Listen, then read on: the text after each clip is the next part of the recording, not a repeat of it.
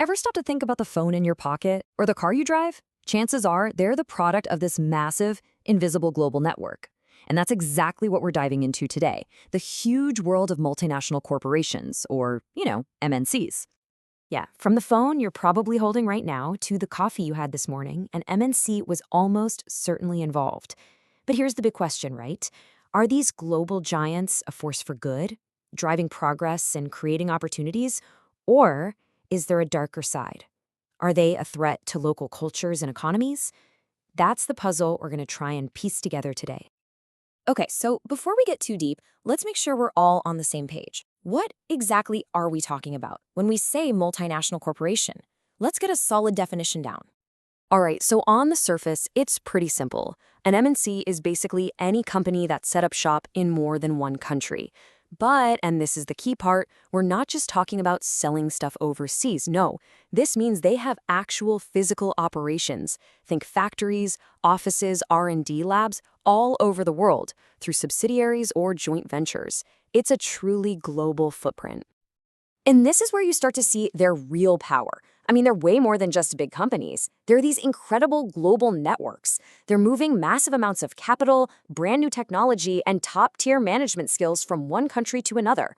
They can build parts in one place, assemble them in another, and sell the final product literally everywhere, all while building up a brand name that everyone from Tokyo to Toronto recognizes. It's a masterclass in efficiency. Okay, so with that in mind, let's look at the friend side of the equation. What are the good things that can happen when one of these giants sets up in a new country? Well, the potential upside is huge. For starters, you've got job creation, and not just inside the factory walls, but for all the local businesses that support it. A lot of the time, they also end up investing in local infrastructure, things like better roads or ports that everyone can use. And of course, they pay taxes, often a lot of taxes, which can go directly into funding public services like schools and hospitals. But it's rarely that simple, is it? For all the good they can do, there's often a shadow they cast.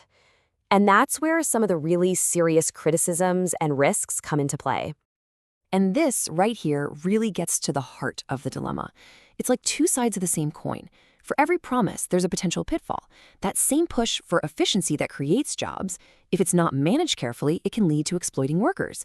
That drive for economic growth can come at a huge environmental cost. And let's be real, when a company's budget is bigger than a small country's entire economy, you better believe it can have some serious political influence. It is an incredibly high-stakes game. So, what's the answer? How do you tip the scales toward the positive? The modern thinking on this isn't about picking a side anymore. It's about finding a whole new kind of balance. It's about figuring out how to be profitable, but to do it with a real purpose. The really smart, forward-thinking MNCs are starting to operate by a new playbook. And it's not about writing a charity check at the end of the year. No, this is about weaving sustainability, both environmental and social, right into the fabric of their business. It's about truly embracing what's called corporate social responsibility, or CSR, as a core principle. And maybe most importantly, it's about making sure that as the company gets bigger, the local communities where they operate also win. Now, I know what you might be thinking. That sounds a little idealistic, right? But some major companies are actually doing this. So let's look at a real-world case study to see how this can work in practice. Let's talk about Unilever. Just to give you a sense of the sheer scale we're talking about here, look at that number. Over 190 countries. That's pretty much everywhere. It means their products are on shelves in the biggest cities and the most remote villages. And that means their actions, whether they're good or bad, have an absolutely massive global impact. And this is where things get really interesting. Through their whole sustainable living plan, Unilever actively tries to tie its own success to social good. They're paying close attention to where their materials come from, making sure it's ethical. They're working to shrink their environmental footprint. They're investing in the communities they work in. And here's the kicker. That last point is crucial. They managed to do all of this while still being a super profitable, successful company. So, what's the big takeaway from the Unilever story? Well, it suggests that maybe profit and purpose aren't enemies after all. It shows that it's actually possible for these massive corporations to be a positive force for both global business and social development.